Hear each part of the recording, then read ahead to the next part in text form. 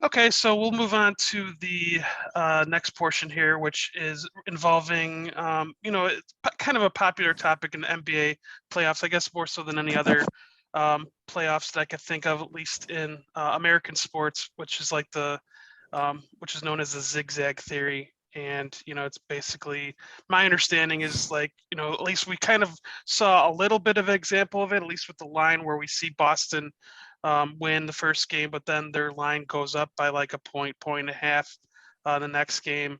And do you guys have any thoughts on that? Like, do you think that's like, is that still like considered a thing in gambling circles? I mean, and I'll go really quick because it might be a little before my time even, but I think the original zigzag theory was literally just like bet the team that lost the previous game. I don't think, regardless of what happened with the spread, just bet them to cover the following game, like whether they're a dog or a favorite.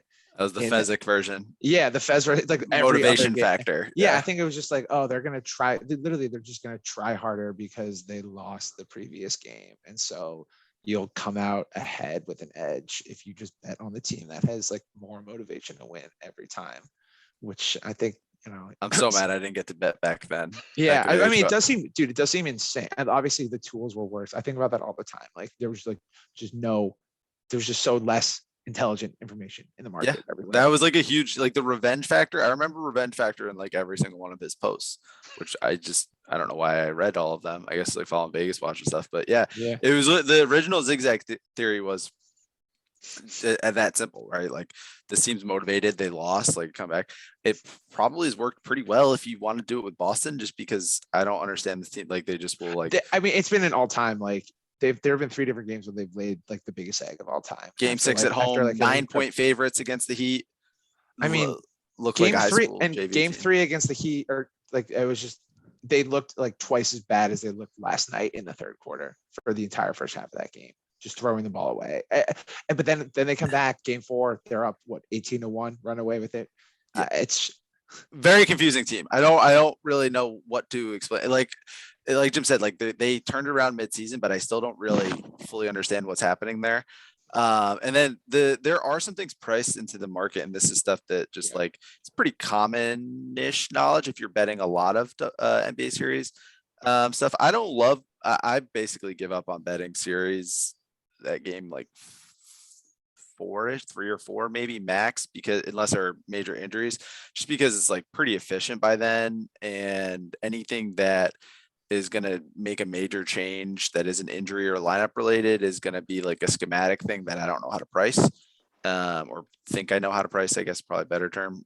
So I think like the things that you'll notice are like if team comes back home down 0-2, they'll get a pretty big, like an extra 7% or something on, or 11%. I honestly don't remember off the top of my head, but it's like a pretty big chunk. So like, you could be a 4-point dog in goal in San Francisco, 4.5-point dog. But if they were coming back down 0-2, they'd probably be 4.3, 3.5-point favorites. So it's a very big swing relative to just the home court advantage. And then you see a lot of that in the first half too, right? Like weird splits where instead of just like 4-point favorite for the game, like -1.5, -120 for the first half, it'll be like -3.5 flat for the first half and -4 for the game, which doesn't really, if you're splitting up the advantage that way, it wouldn't normally make any sense. But yeah, again, and I think as people have been saying on Twitter for what a lot of this stuff seems pretty priced in at this point. Yeah. It's not an edge anymore, right? Like you can't be like, they're coming back 0-2, they need it. I think like one of the ones that I had liked a little bit recent, but hasn't worked out. There's Brady. Hasn't worked out in as well this year, especially Golden State. It's been the 0-3 kind of like despair penalty, where like teams that are down 0-3, like you just don't come back to win series. So a lot of times like there's probably a little extra edge, or there has been, that's for the team that's up. For the team that's up, and like that's usually priced in a little bit, but I still think like especially if you like them at all before, like there's maybe a little more juice to squeeze at times, especially like high scoring games, things like that. But Golden State I think now like teams are so confident that they're just gonna like if they go down, like the team that's up 3-0 goes down in that fourth game, they're like, okay, we'll win game 5 at home. Like they're like Golden State lost against Denver up 3-0, I'm pretty sure, and against Dallas up 3-0. And then they were up 3-1 against, they were up 3-1 against Memphis too. And they just like, I mean, completely no shade that game 5. I think the Warriors, right? Right. So not exactly the same, but somewhat similar. It's like, yeah, but they were like, whatever, we got them. Like, cause I mean, Ja was out of that at that point and they lost by like 40. They were down 40 in like the fourth quarter or some crazy shit. You see teams like willing to concede that game more now than the other way around, just anecdotally this playoff. So that's one that I think like that's probably like the most interesting zigzag angle to me. I think that I would want to look at going forward. And then there's like variable home court advantage, and teams have changed stadiums, and like is the Chase Center the same as Oracle? And if you saw some of the officiating last night, I have some thoughts on that, but I know Jim does too. But the like everything that people found that is like relatively predictive is baked in already. And it's funny when people like more reporters are tweeting out lines and stuff, and they'll see like game 3 and it'll be like Boston's favored by like, X number of points now. Like they were just this. Yeah. Especially when you're coming back home down 0-2. Yeah. So it is funny to see like kind of those reactions. And I think I was looking at an old thread. There's this guy Shipper on Twitter who's a character. He's part of like the Aussie, I don't know, they're all Aussies to me, but maybe New Zealand, I don't know. And that part of the world. Yeah. And he was talking about the Brooklyn Milwaukee series last year, and someone came back and was like only -2. Milwaukee was back at home, and they like took like a pretty heavy penalty for how they played offensively over a stretch of the games, I think, based on the total coming down and stuff too. So like that's also factored in a little bit. I think the market is starting to even like early on in the line opening adjust for some of those things, like form or whatever you want to call it. But yeah, the short of it is like anything zigzag related is priced in, unless you can like galaxy brain that 3-0 like concession game, gentleman sweep game. Sure. Okay. All right. So let's get into the prop discussion, because you said in our a little thread here that you've been, Kevin, you've been dabbling in, and I think Jim, you bet some props too. So well, Kevin, I'll start with you. What's gotten you more into props? Have you just found like more? Have you found like more outs with better props, or have you just found more value maybe in playoffs versus regular season? What is it? It was more so that like things at the end of the season are kind of stable, and some people that I had worked with were had some thoughts around a 3-point prop model that's really good in my opinion. And so I'm not gonna like I obviously not gonna give your edge away. Right. I think they've done, I mean, they've done the work, so it's not even like anything I've done, but I've helped with some stuff around just like different parts of betting basketball, and like also trying to get some more outs. I don't live in a legal state for betting, so betting props sucks. That's another reason I had never really gotten into it. That's like the fastest way to lose accounts. You just burn through accounts if you start winning on props. People just shut you out. Like you have a couple big Sundays in NFL and maybe a Thursday, and then like that's it. Like they'll maybe pay you, maybe not. Like if you're double tapping them in prop builder and listed, like it's not worth it for how fast they go versus betting some of like the full game markets. But I do think like with some of the legal stuff now and some of the alt player prop lines, like if you can price those, like Ja Morant, it's a great example. The Warriors just played off him, and he was like a guy who's at like over under 1.5 threes, and an underplay a lot of the playoffs. And then the Warriors basically played him like prime Russell Westbrook or Rondo, right? Like they were, 1 foot in the paint guarding him, and he was taking like 7-8 threes a game, and you're still getting 1.5 points. So I think you build in some of like the scheme changes that you're seeing in the playoffs, with some general knowledge of what you're doing from a prop pricing perspective, like that was able to, and like some creative ways of betting at legal books, go take a trip or have some friends, right? And then you get those alt lines, and there's like a little more juice to squeeze there. But if you're not doing like the big bot move for PPHs and or like crushing prop builder on those, even those like guys I know that bot are like, it's still getting pretty skint in terms of like what they can actually get down. It's just a pain. Even if your bot's pretty good, it can be a fucking pain. It really is, yeah. And I like it was a little more of a passion project, because like after a certain point, like the modeling piece kind of goes on cruise control, and then sometimes the series are kind of boring because like the market's pretty good at this stuff after 3 games of the same teams playing each other. So then maybe I just want to bet like John Morant over 4 threes instead.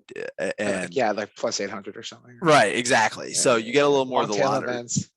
Exactly. And I think that in terms of like setting up a market for all of those players and all of the rotation and stuff, like the derivatives aren't quite as clean. Like I think books will use like some of the DFS pricing that's out there and stuff to try and figure this out. So they have some knowledge of events, but instead of like DFS where you need to build a whole lineup, you just need to know that one player is going to do one thing differently than what it's priced. So that was, I think, like just some more liquidity in that space, and made it a little more worthwhile to investigate. Okay. And so Jim, what's your approach on props? Are you like any bigger into props with NBA than say like NFL or anything? No, like I do. that? I don't make them. Okay. I used to bet them. I actually did. I mean, a couple of different things, and I guess we'll get a little off. Like, I used to do a lot of the first team to score stuff. I guess maybe if someone out there is still betting it, I don't want to totally ruin it, but there used to be somewhat of an edge there. Based on model jump balls. Yeah, that was one of the first models I actually built. Basically, it was sort of like, and it was not. I mean, it was nothing impressive, but like an expected jump ball win rate based on a couple of different things. And then I guess Brian, basically, first team to score used to be a direct derivative of. I don't know if I actually haven't looked in a long time of just whatever the money lines were for the game. So if you were like minus 600, like the Warriors playing, I don't know, the Kings at home, you'd be like minus 180 to score first. That's an extreme example, but you might have a starting center who's like 6'10" and like completely gravity bound going against like someone like, who are the best? Rashawn Holmes. Rashawn Holmes was really good. I remember Andre Drummond was nasty at it. Brooke Lopez was good at it. Robin Lopez was horrible at it, like the worst in the world. And so Mo Bamba recently has been pretty good. As you say, I haven't looked in a little while. So, and obviously getting the ball first is way more important to scoring on one individual possession or second individual possession than like your overall percentage chances of winning the games. Sure. So there used to be a pretty good edge there, and I did that for a while. I used to mess around with. How was that getting paid out? What do you mean? That fun? God! I mean, dude, it was back when I didn't have any money, so it wasn't that. It wasn't as bad. Oh, I know some people that have like gotten it. Yeah, it's like run into that with I mean, that was with first to score. A couple of guys that I still work with that I trust who've usually delivered on paying. Oh, that's good. That was kind of a passion project, and like I kind of still like betting it, even when like I could only get down like a couple. I'm not trying to disparage him, but I could get down like a couple $100s on it maybe, and it like kind of, again, not trying to brag or anything, it wasn't totally worth my time to put in all the work, but it's kind of fun because I built it, and it was like, no, like I want to keep doing this just because like, I created it and like it's there and can sort of run itself almost.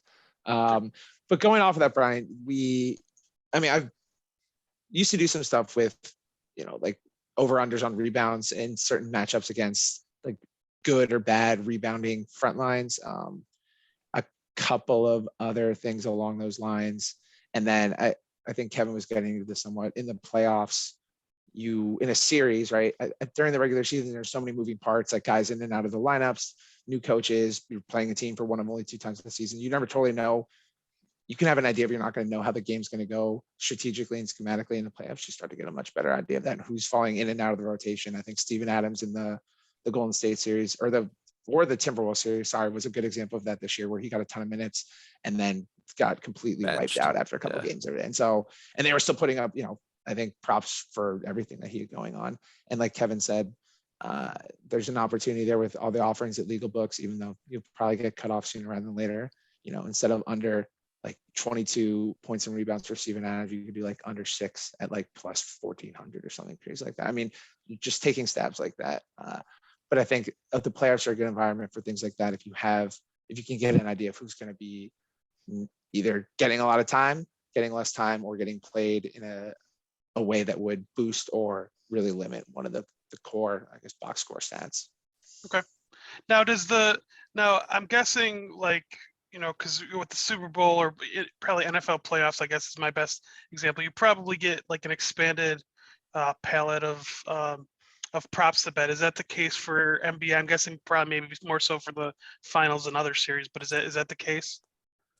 Sometimes more blocks and steals. You'll Yeah. get past the starters occasionally, usually like in regular season, like if it's an 11 game, if it's like an Tuesday 11 game night, slate, right? yeah, then you need to it's basically just starters, and then for certain like, and that'll be like PRA, like points per assist maybe. Yep. And then you're not getting 3-point props on all of them, and then there's Definitely not blocks and steals.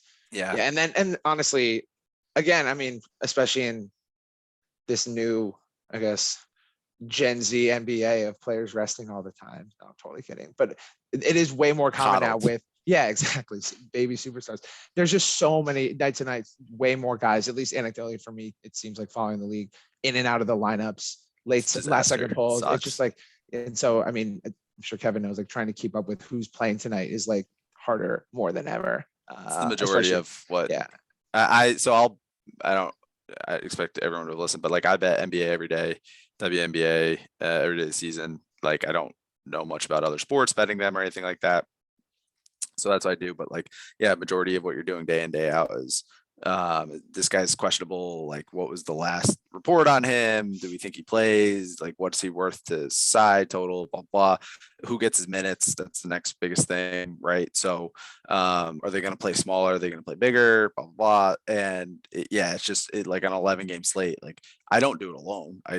It's impossible. I mean, it takes like multiple people to cover that league. So that's a great point from Jim. Like, it's just not worth it to do those props unless you have like a whole group of people, but then like how deep is the pool on that stuff? Not great. But player props, I think like the legal books are kind of, they love them for the single game parlays, but then like something like the Draymond thing happens where Draymond went out and played the first second of a game to like commemorate something. Clay's return, right? It was Clay's return. Clay coming back. They like wanted to be in the lineup for the first time. So like, but he was resting that game. Yeah. And so he went out and like they did the jump ball, blah, blah, and someone fouled and he came out and like someone went and bet all those alt unders and took maybe DK or FanDuel, one or the other, for like 7 figures. So someone, I think combined, they got up well above 7. I saw a couple of like combined unders on points, rebounds, and assists, like way alt numbers, like to win 6 figs for like an individual account, which is nuts. And that I remember the same thing for the Buffalo New England game, the wind game. Yeah. A lot of people. The Monday night game. Yeah. Like under pass attempts, like 3, like for exactly. Mac Jones. Yeah. Mac Jones, was he even technically in uniform? I don't know, but like he was out there. It's too warm out and too nice out for me to be thinking about those games right now. That was ugly. They're real bad. I think for just like to summarize some of the player prop stuff, I think like you're not going to make any friends betting it both legal or PPH. You just got to know that. Like if you get good at it, they make sure you don't get good at it for much longer.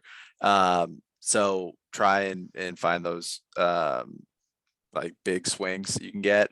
And then good luck if you're gonna do it day in, day out on like those huge slates, because I'm sure people do it and like it's profitable, but like to me that sounds like a good way to go absolutely insane or get burnt out.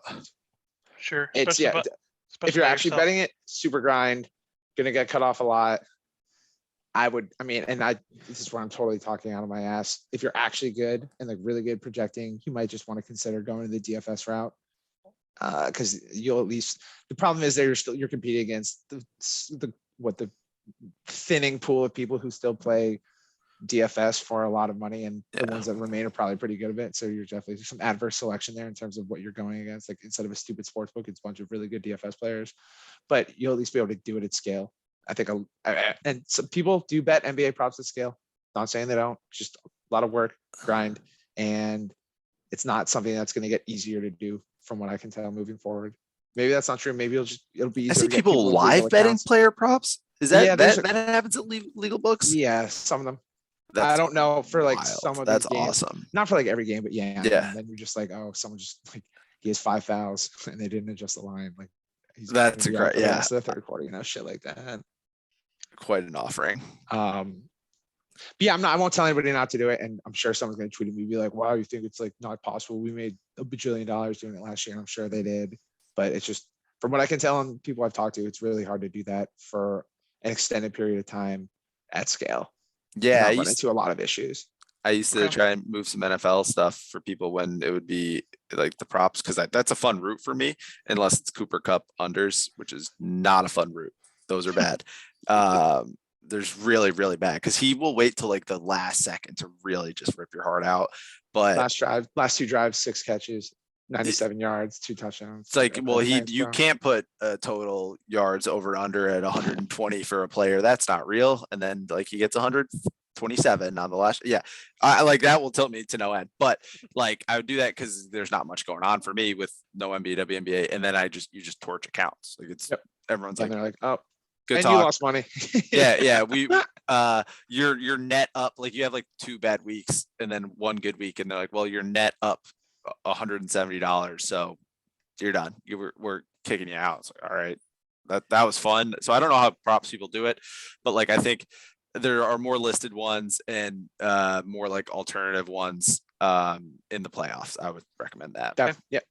So I kind of skipping like a couple topics here just to keep it on a good time here, but with the Boston angle here. So like I know I was talking before about like, kind of making like homer bets or whatever. Have you guys like been able to pull the trigger on, say, like any, like when I say negative Boston props, I'm saying like maybe under points because you guys maybe know the team a little bit better than somebody else, or maybe the models are saying something, or do you try to avoid anything that'll be like, I'm rooting against my Boston player because I want him to do well. Like, is there have you guys done that at all this playoffs? I guess I haven't really had to, but I'm also not betting these in. Tatum under 3.5 threes. I've got better about that. I mean, I will say in the past, I've been very reluctant. When the Pats were the Pats, I was reluctant to bet against them sometimes, even when I think there were some spots where I probably should have. But I've gotten better about that it sucks losing that bet. It does, exactly. It's just like, well, now I'm just like, meh. Props I can't get as much down as I do for my normal betting stuff. So like it's kind of what I'll take, like last night. I had Tatum under 3.5 threes. Yeah. And his shoulder has been like pulled pork last 2 weeks and week and a half. And that's been just like printing for a lot, but like I think he had 4 in the first quarter. He was just 4 in the first half. Raining. Yeah. So I mean, like that was over, but like they're pretty painless, which is nice. That like if you have under and you lose it, it's not because like very rarely is it because like someone hits like a miracle one at the end. It's like they hit 7 and you're dead before you even like knew the game started, which is nice. So but then I was like, all right, well, Tatum's hitting 4 threes, so like good, I'm good. Like that one was fine, but I don't have a ton, I think, like of qualitative plays in general anymore, which is kind of boring. Like I think that's kind of why I got into betting. And I wish there's always qualitative stuff that you have to do with betting, so as opposed to quantitative. But I always thought like I was smart about sports, and then I'm just like I'm not. I think I'm just getting older too, where you're like, yeah, I'm pretty dumb. So I sometimes like I think I have a strategy on what a guy would do, maybe just to like make sure that I don't like get mad at myself for not doing it. Maybe I'll put like $50 down on something to like do that, but that's it. That's kind of where I'm at too. I mean, and I think both of us, sorry, my cat is going crazy right now. He keeps rubbing the monitor and shaking it. Tom, say hi really quick. Thomas, guys. hello. Hey. Hi guys. Hey guys. Need to bring It's Brady dude. over. Ah, Yeah. I Superstar. think you were. Yeah, I think you reached out to me when our cat passed, and you had said that you had a cat that looked like him. I think. yeah, this is Tom. He's Um, 2 years old, and Nice. he loves Q-tips. And there's one over here, so he jumped up and is trying to eat it. That's a Yeah, wild thing to love. we welcome Tom to the pet aspect of the podcast because we've had several different pets make appearances over the years, so we appreciate that. Going off of what Kevin said, yeah, I think, and I mean, I came up and before I was even making numbers, it was sort of learning how to play the market. Like obviously, if like back when Penny was still Penny, like they had, I don't know, like San Diego State minus 170 and Bet US had San Diego State minus 120. It was like bet the minus 20 and just live with it. So I went from that to like making my own numbers and sort of understanding how to generate like accurate probabilities.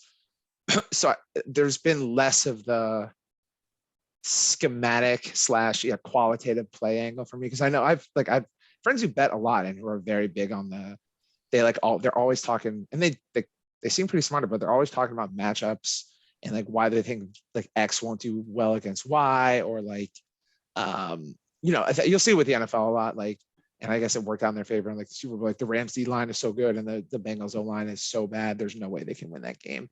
And for every example of that being the case, there's like tons of examples I can think of where it just didn't actually happen that way at all.